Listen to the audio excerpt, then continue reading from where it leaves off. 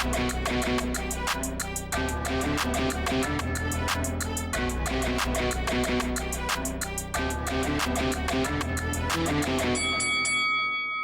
guys, welcome to Boxing Squared for boxing news and views from around the internet. Anthony Joshua, Dillian Whyte, a rematch in the pros that we probably should have had 3 or 4 years ago, but it's heavyweight boxing, so we get what we get when we get it. And Joshua Whyte too, it feels like this is a fight that has been mildly embraced as opposed to one that we definitely needed. But when you look at the heavyweight landscape, you know, I think we'll take what we can get at the moment, especially if they're heavyweights fighting heavyweights in the heavyweight division. So this is a fight that Anthony Joshua, if he's got anything about him, should win. And I doubt that they would make this fight Eddie Hearn and Matchroom and DAZN, given all that they've got tied up with Joshua, his long-term deal, and the fact that they need to make some money out of him for that DAZN deal. They wouldn't make this fight if they didn't think he could win it. But really, who knows where Joshua is at? And this is my initial thoughts, and I'll do some another video closer to the time. But it does look like Anthony Joshua is carrying around mental demons. And it looks like he's a bit gun-shy these days, and he has been since the Andy Ruiz loss in 2019. In his most recent fight against Jermaine Franklin, he couldn't pull the trigger, and he seemed to be holding back. It was just a so-so performance. And it's interesting as well. Remember Joshua's outburst after the first Usyk fight. He said he wasn't a 12-round fighter, and yet he's made more recent comments that he's comfortable going the distance if needed. I think the reality is, and Joshua may not accept it, although that he seems to be training this way, fighting this way, he's a safety-first fighter now. And that Ruiz knockout, it changed him. He may want to be more aggressive and fight a different way, and he has spoken about that. He's just not able to do it, at least not yet. Maybe with more time with Derek James, this is his second fight with Joshua, maybe he can sort of instill some more confidence in him. But in Dillian Whyte, we have an opponent whose most recent opponent was also the same as Joshua's, Jermaine Franklin. So Franklin, durable, not really a big puncher. He went the rounds with both of them. And like Joshua, Dillian Whyte, he didn't look fantastic against Jermaine Franklin. And also like Joshua, he was in his first fight with a new trainer in Buddy McGirt, who seemed to have Whyte boxing a bit more and trying to get Whyte away from some of his more sloppy tendencies. Whyte, throughout a lot of his career, has had balance issues and sometimes sort of devolved in certain parts of fights into brawling and just being a little bit sort of wild and sloppy. But a fight before the fight with Jermaine Franklin, we had seen Dillian Whyte getting stopped by Tyson Fury, and he looked terrible in that fight. It was one of the worst performances of Whyte's career.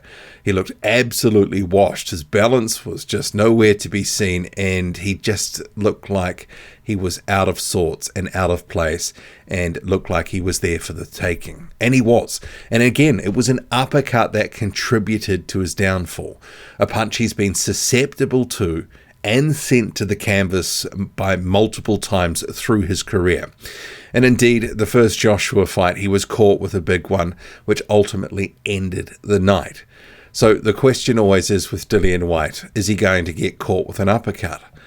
But I guess the thing with Joshua, though, is that while the first fight in the end of 2015 ended in an uppercut, we also had a different Joshua. He was unbeaten at that time. He was confident. He was riding high. He was a darling with the British public. His image was going from strength to strength. The hype was building, confident, and he was also willing to engage with Dillian Whyte. Let his hands go. The more recent version of Joshua, not so much. A different fighter. And will he be able to throw the uppercut in this one? Will he be able to catch Whyte? The uppercut certainly isn't a punch we haven't seen from Joshua more recently. But then again, also, we really haven't seen Joshua fighting much more than once a year or twice a year at most in recent years. So we haven't seen much of him. And the same goes for Dillian Whyte. The same goes for any name in the heavyweight division generally that's been at the top end of the division in recent years. It's been really a pedestrian sort of run of action. The big fights aren't getting made. We're not getting the fights that we need to see when we need to see them, or just not getting them at all. But it kind of feels like for this fight, Joshua Whyte 2, and I'm not counting the fight from the amateurs. I know that they're trying to hype that up, and I'll come to that later, but it kind of feels like we might end up watching in Anthony Joshua a guy who's battling his mental demons. We don't really know where he's at, versus a guy in Dillian Whyte who's looking increasingly shop-worn, durability issues, and generally on the wrong side of his prime. There is the potential that this ends up being a fight devoid of the action that some people believe it will deliver. Could end up being a bit of a snooze fest. In all reality, this rematch, it needed to happen 3 or 4 years ago, and it could have happened then. But we had a Dillian Whyte overestimating his value. He sneered at the offer at the time and said he was worth more. These days, he can't get more. And this is increasingly looking like some sort of cash-out job from him. He's been begging for the payday for the past couple of years, when all other options have been looking like they would pay him significantly less. And this is the thing. Fighters overvalue their position at a certain point in time, and ultimately they end up taking a bit less. I think he's getting far less than he would have, 4 years ago when the fight was there for a Wembley date. As it is, this fight's happening at the O2, and we'll talk about that a little bit later as well. But if Joshua loses, there could be a further fight. We have to consider that. Eddie Hearn could be like, well, if it's close, if it's a points loss, or, it's not a disgrace, it could end up building a bigger fight, a trilogy fight between the pair. And both have been on the record in years gone by saying that they could end up fighting each other multiple times. And I guess this presents the opportunity for another fight if something goes wrong for Joshua. But it is one of these cases, from the sounds of it, it's a one-way rematch. And obviously, Joshua's, had a penchant for that in recent years. Even though Dillian Whyte's complained about it, he's done that too. So what's he complaining about, really? He's just not the aid side in this equation. But if Joshua lost, you could actually have Eddie Hearn, if there was no further fight with Joshua, presenting Dillian Whyte as an option potentially for Deontay Wilder.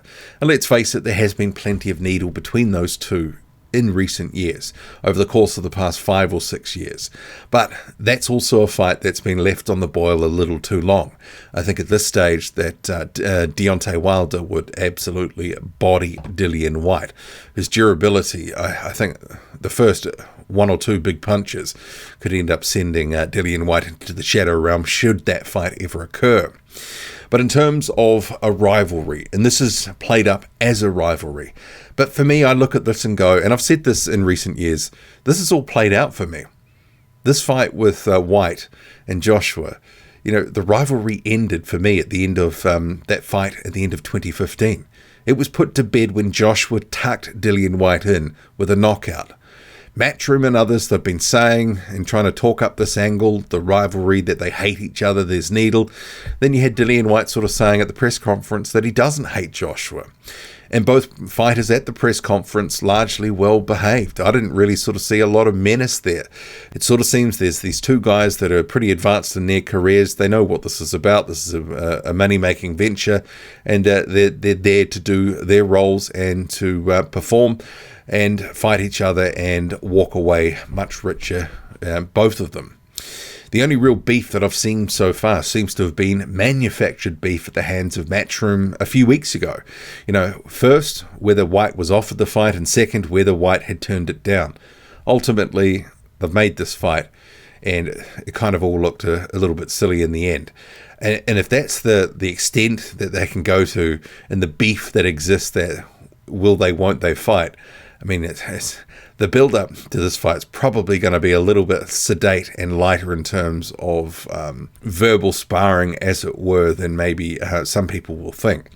But I guess if you step back and you look at this fight, and it's sort of come at a slightly random time, but it's also come at a time where you look at Joshua rebuilding after the Usyk losses.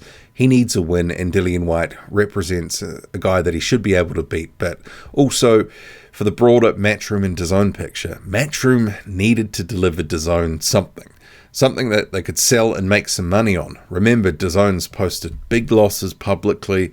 We've also got it at a time that DAZN's schedule in the past year hasn't been great, not many big fights, and at a time where they've actually been charging more from fans the world over, especially in the UK, for a largely pedestrian schedule. And if you're not into the Misfits stuff, there hasn't been a lot there in terms of fights that actually sort of capture the imagination. The casuals will go after that stuff in terms of Misfits, but the boxing fans have had largely not what they thought they were going to get and that they were paying for. Even this fight's not even part of the subscription. It's going to be on pay-per-view on top, but it is likely it's going to generate interest, and that's what they need right now. They need to generate some money for all involved, and let's face it, it's one of the few fights of note in the heavyweight division right now. There's not a lot on the schedule. 2023 has been the year of the heavyweight recession, but the fight itself, it's sold out, and it sold out pretty quickly. I guess maybe they will be thinking, well, should they have done a bigger venue? Should it have been a stadium fight? But I guess after a couple of losses on the bounce for Anthony Joshua, Dillian Whyte getting absolutely waxed by Tyson Fury more than a year ago, they didn't look great in their last fight each. I guess they were probably thinking 20,000 feels safe. Maybe they could have done double, but if they'd have done a stadium, maybe it wouldn't have sort of filled out. And sometimes, a half-empty stadium, that can actually look worse than just actually having less tickets, but in a venue that's going to be absolutely rocking on the night. Eddie Hearn's expecting 500 to 800,000 buys. I think 800,000 feels a little bit optimistic. 500's probably more realistic, 500 to 600,000 maybe. But you also have to consider that higher pay-per-view price as well. It's not the days of the $16 pay-per-view in the UK anymore. It's almost double that. What is it, 27, 28 pounds, somewhere around there for this fight. It's quite a bit. Remember, there's still a cost of living situation, and inflation has been rampant but starting to get under control. People are watching their pennies a bit more, and then you're presenting them this fight that maybe they weren't largely calling for. But I think a lot of people will be okay, it's a decent fight, because these guys with the question marks about both, what's going to happen. But I still think the price point, maybe they're just, a little optimistic about how many buys that they can get. And if it does less than 500,000 buys, I think DAZN will be pretty unhappy. As it is, they'll be wanting as many as possible. So the training situation for Anthony Joshua, we'll just touch on that very briefly.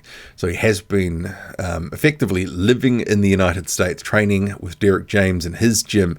And, he's made some comments just after the press release in one of the interviews about it's been great to have that change where he's not the only champion in the gym, where there's a lot of up-and-coming guys, or there's other guys in the gym like an Errol Spence who are, sort of the big dogs, that they're able to push each other and they challenge each other, and it's not just Joshua running his own thing. He's amongst other champions and very solid fighters. He's not just, an overlord of his sparring partners. But on the sparring situation, we'll just mention that briefly. So we've seen Michael Hunter, Jeremiah Milton, Skylar Lacey, and also fellow British prospect Jamie Shakiva. So Anthony Joshua's been getting some decent sparring, but he knows Dillian Whyte. He knows what he's largely about. And I guess for Joshua and Derek James, it's going to be about tactics and exploiting some of Whyte's weaknesses, which Buddy McGirt no doubt will be looking to shore up. But these are the first thoughts. So, the fight, it's okay. I'm not loving it, but given what's on the schedule, I'll certainly be watching it. It kind of feels like it's a little bit too late, but as I mentioned at the top, that's the heavyweight division all over, isn't it? What do you make of it all? Drop a comment loud and often. Hit like, hit subscribe, follow me on Twitter, boxing_squared. I'm out.